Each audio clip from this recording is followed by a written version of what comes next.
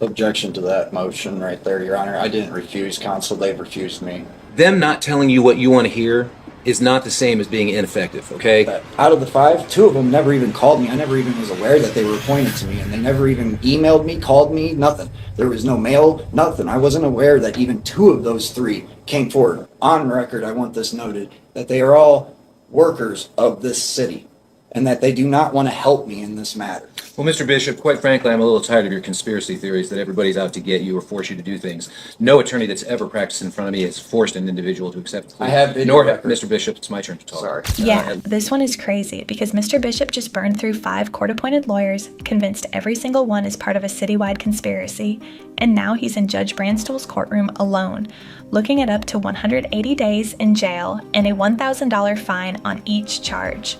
Right out the gate, he objects to how the judge frames it. He doesn't want the record showing he refused counsel.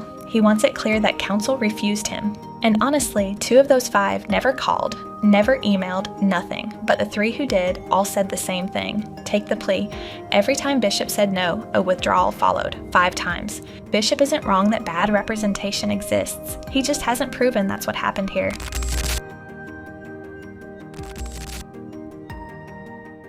Okay, so a couple of matters that we need to address. Number one, the defendant, pro se, prior to the withdrawal of Ms. Ilola's counsel, filed a motion to enforce. That was filed on the 16th of January. In essence, the defendant is asking this court to order a different court to take action, to take legal action. This court has absolutely no authority to do that. Certainly, the defendant could seek a writ of mandamus from the Ohio Supreme Court, asking it to order the domestic relations court to proceed. But Repeat this, that. I barely can hear you. I'm sorry. well, here's the thing.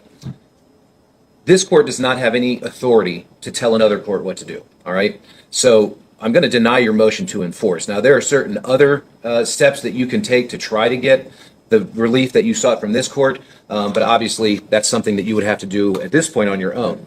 Now, the other thing that was pending, and has been pending for a while, is the defendant's motion in limine regarding the use of a recording which purports to capture a conversation between the defendant and at least one, if not several, individuals at the domestic relations court. The allegation being that the recording itself was made not by Mr. Bishop or the individual that he was speaking with, and in fact, the state seems to concede that fact in its memorandum contra the motion to in limine. And the court did considerable amounts of research yesterday afternoon, and here is basically what I found.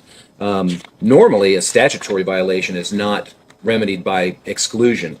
For instance, if an officer stops an individual for operating a vehicle while impaired outside of their territorial jurisdiction, that's actually a violation of law. But because it's not a constitutional violation, a defendant would have absolutely no relief or recourse to seek any type of exclusion. Now we need to address the issue of counsel, or maybe we probably should have done that first. It doesn't really matter because the last time we were here, when Mr. Itaeum withdrew his counsel, the court did indicate and explain to Mr. Bishop that I would be reaching out to the Ohio Public Defender's Office to see if they would be willing to represent him. Thankfully, they were, and I explained to him that if they weren't, or if that didn't work out, that the court would very likely declare what's called a constructive waiver of counsel. So, done a little research in that regard as well. There's a case out of the 5th District, actually, from April of last year. It's in re adoption of AMV. It's 2024 Ohio 1240 is the site. But basically it talks about the fact that in that case, 2 separate attorneys were appointed to represent the defendant in a parental rights matter. The rights are conveyed under a different authority than the constitutional, but it's pretty much related. And then after the putative father basically fired both of those attorneys, the court reached out to every other attorney on that county's court-appointed list, all of whom declined to represent the putative father. And the ultimate ruling was that the defendant had 2 options at that point. He could, A, hire his own private counsel of his choosing, or B, represent himself. But at this point, the court finds that it has done everything possible to afford Mr. Bishop his right to court-appointed counsel, but that if 2 were enough in that particular case, I think 5 is more than enough in this one. The judge knocks out 2 pending motions fast. Bishop had filed a motion asking this court to force the Domestic Relations Court to act. The judge shuts it down immediately. One court cannot order another court to do anything. That's not how jurisdiction works. And honestly, the fact that Bishop filed that motion is exactly why 5 lawyers kept telling him he needed help. Then comes the big one. After 5 attorneys, the court declares a constructive waiver of counsel. The judge even cites a 2024 Ohio case where just 2 attorneys were enough to justify it. So 5 is more than covered. Bishop's options are now simple. Hire someone with his own money or go it alone. The judge makes it clear, self-rep means no hand-holding, no grace, same standard as a licensed attorney. Bishop nods like he gets it, but what comes next tells a different story. So the court is going to declare a constructive waiver of the right to court-appointed counsel, and I will explain to you, Mr. Bishop, that you have 2 options. Number 1, you can hire your own attorney using your own funds. Number 2, you can represent yourself. You understand that those are the 2 options you have? Yes, Your Honor. May I have a chance to speak now? I need to advise you of the perils of self-representation. I want to confirm with you that you did not go to law school, nor do you hold a law degree, correct? Correct. You've never been admitted to the bar of any state to practice law, correct? Correct. Well, here's the thing. If you elect to represent yourself in these cases, you will be held to the same standard as somebody who has been to law school, who has passed the bar, and who has the experience of practicing in the courts of Ohio. The court would not be permitted to advise you on how to proceed. You could very well miss certain opportunities to improve your circumstances or plead your case. And that would be a risk that you would be taking by the fact of refusing to accept the assistance of court-appointed counsel. Objection to that motion right there, Your Honor. I didn't refuse counsel. They've refused me. I would like that worded correctly. Sorry. Well, Mr. Bishop, here's the thing. They have all told me. Here's the thing, Mr. Bishop. Yeah. Them not telling you what you want to hear is not the same as being ineffective, okay? That You may disagree with what they have to tell you, but they know more about the law than you do. I'm fairly confident in that statement. That wasn't the case, Your Honor. I was being forced to take a plea deal when I wanted to come to trial. That is illegal. That is against my judicial standards of right. Every single attorney you have given me so far has told me to take the disorderly conduct on this telephone harassment and they'll dismiss the VPO. And every single one of them has told me this plea deal that they are going to come to the prosecutor with and that they want me to take that. And I've said, no, don't you dare go to the prosecutor with that. I want a trial, and that's what I want. And they have all came up with this phenomenon of a idea. Every single attorney. And when I say absolutely not, I want a trial, let's prepare for trial, next thing you know, we get a withdrawal motion. Me and her didn't have no quarrel. She just put her efforts into a rape case over me. And that's the same thing with that Ed guy. He put that whole situation, same thing with the previous attorney, Todd, or what have you, his name. And then I also want to put on the record, Your Honor, that out of the 5, 2 of them never even called me. I never even was aware that they were appointed to me, and they never even emailed me, called me, nothing. There was no mail, nothing. I wasn't aware that even 2 of those 3 came forward. All I knew about was Zach Tabler, Atelium, Todd something, and this Ariel Iolia, and that is it. 4 attorneys. That is it. The other one, and you had told me last time we came that there was 2 or 3 of them that withdrew themselves, Your Honor. I've never even seen or talked to them. I didn't even know they were my attorneys appointed.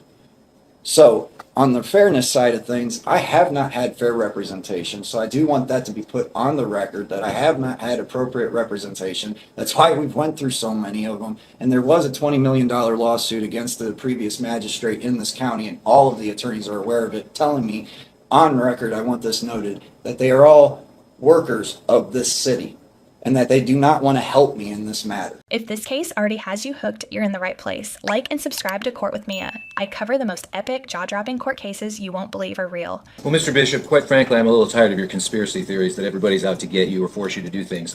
No attorney that's ever practiced in front of me has forced an individual to accept a plea. I have video Nor, records. Mr. Bishop, it's my turn to talk. Sorry. Nor have I ever accepted a plea that wasn't knowing, intelligent, and voluntary. That's why you saw me go through those questions with the 2 individuals who did, in fact, enter pleas in their cases before we called your case to be heard today.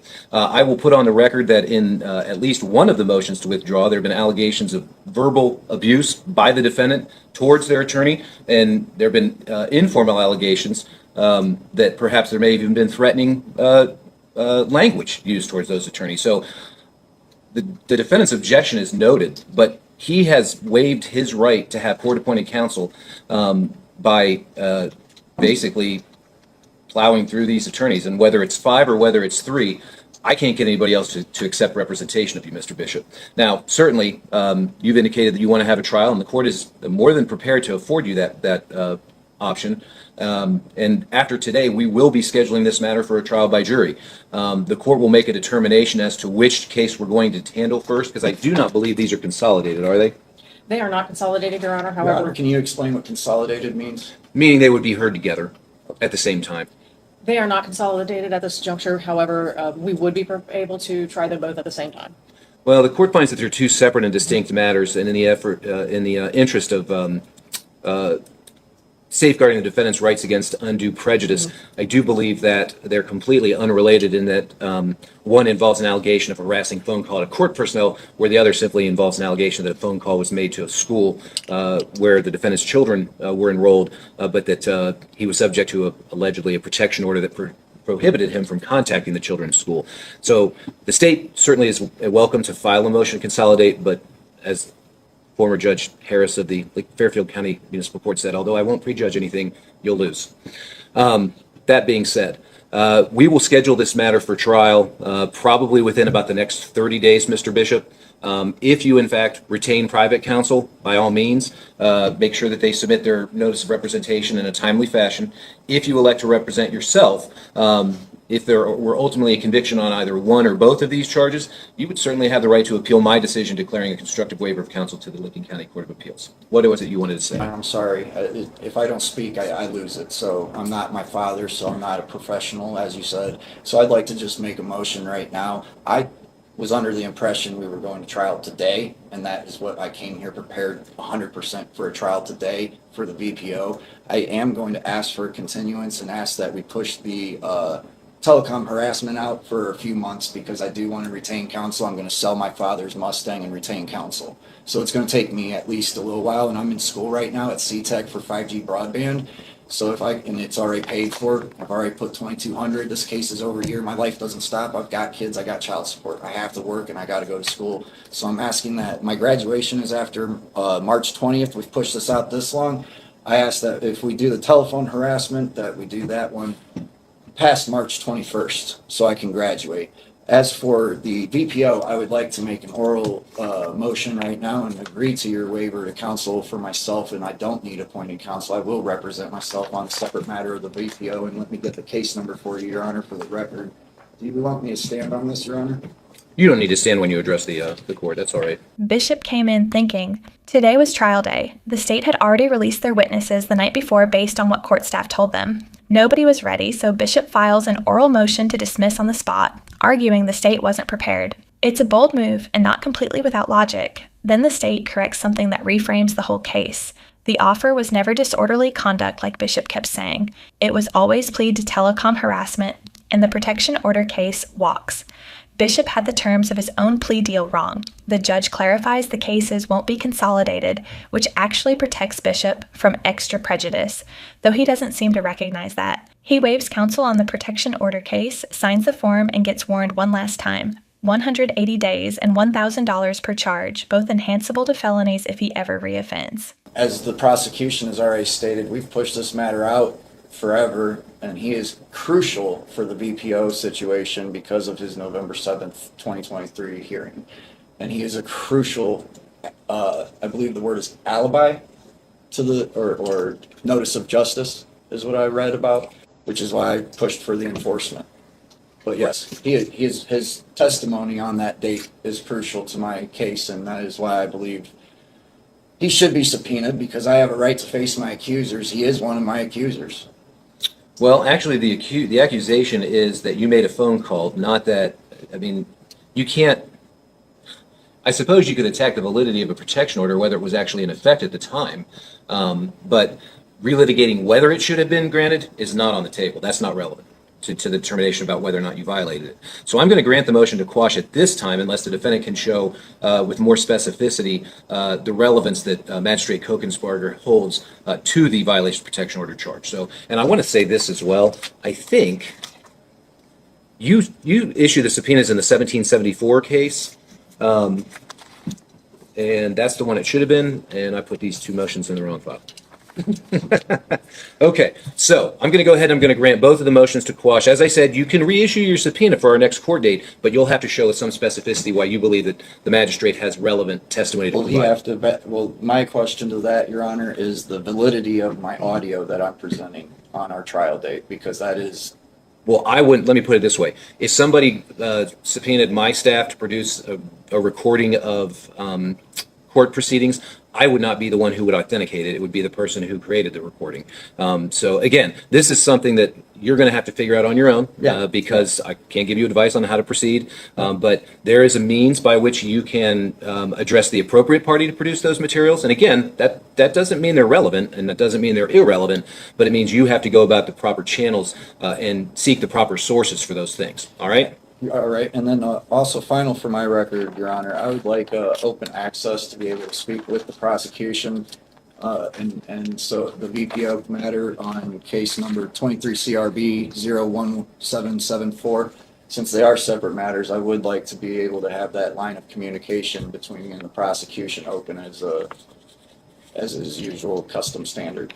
Well, you'd be surprised how frequently the prosecution fails to respond to emails and phone messages from actually licensed attorneys. So I can't force them to talk to you anywhere other than inside the courtroom, other than responding to any pleadings that you file. Certainly, you have the right to contact them to see if they're willing to speak with you, but they're not required to prior to trial. Absolutely understood. Okay? Yeah. Anything else? No, Your Honor. All right, very well. We're going to stand in recess, and notice of the new court dates will be going out. It would be the court's intention to The telecom is the oldest one. that was what the court was going to try first, was the telecommunication harassment. But as I mentioned, the state's more than welcome to file a motion to consolidate, but I'm not inclined to grant that because I do find that it would be prejudicial to the defendant. Oh, Okay? Your Honor, one more thing, just since he asked about open access to the prosecutor.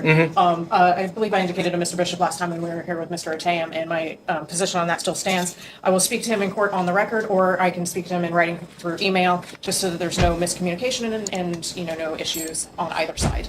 Okay, very well. Thank you very much. Court stands in recess. Outro Bishop walked out of that courtroom still convinced the system failed him, but 5 lawyers saying the same thing isn't a conspiracy, it's a pattern. The judge gave him every warning, every option, and still he chose the hardest road. I'm going to go with the judge on this one. Was the constructive waiver the right call, or did Bishop deserve one more shot? Let us know in the comments. That's a wrap on another epic case, and honestly, I have so many more where that came from. Drop a comment and tell me what you thought, and make sure you're subscribed to Court with Mia so you never miss the next one. See you there.